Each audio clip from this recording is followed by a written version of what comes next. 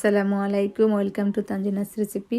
আজ আমি আপনাদেরকে তৈরি করে দেখাবো ইটালিয়ান স্টাইলে স্পাগেটি সাথে ফ্রেশ টমেটো সস।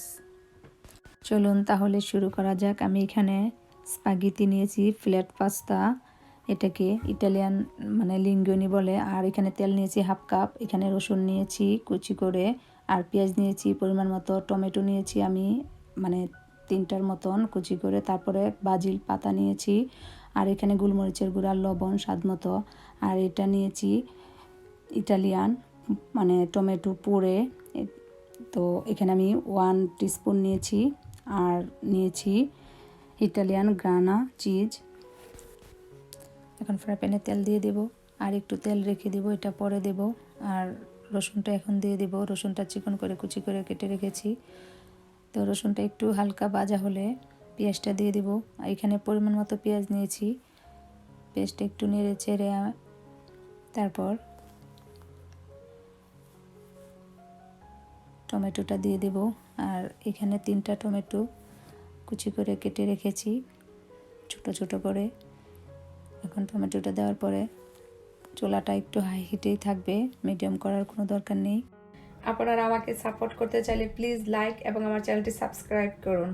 টমেটোটা যখন একটু নরম হবে তখন চুলাটা একটু মিডিয়াম করে দিতে হবে।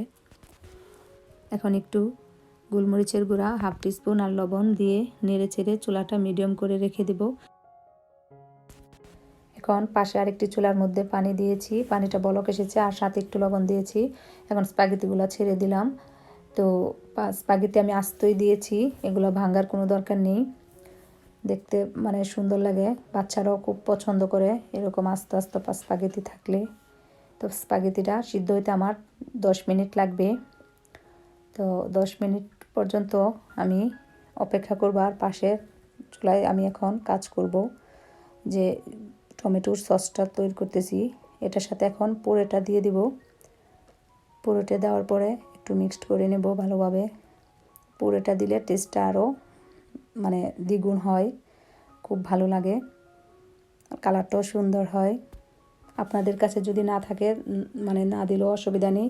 আর সব সময় এই পাস্তার পানিটাই দেওয়ার চেষ্টা করবেন এই টমেটোর ইয়াটার সাথে, সসটার সাথে।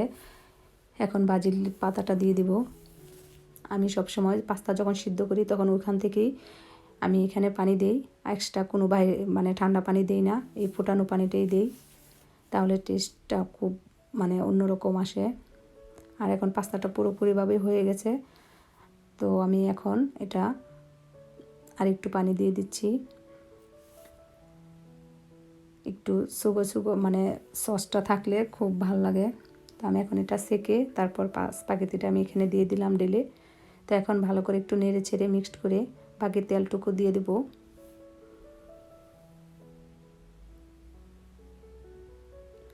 তো আমার পাস্তাটা প্রায় হয়ে গেছে।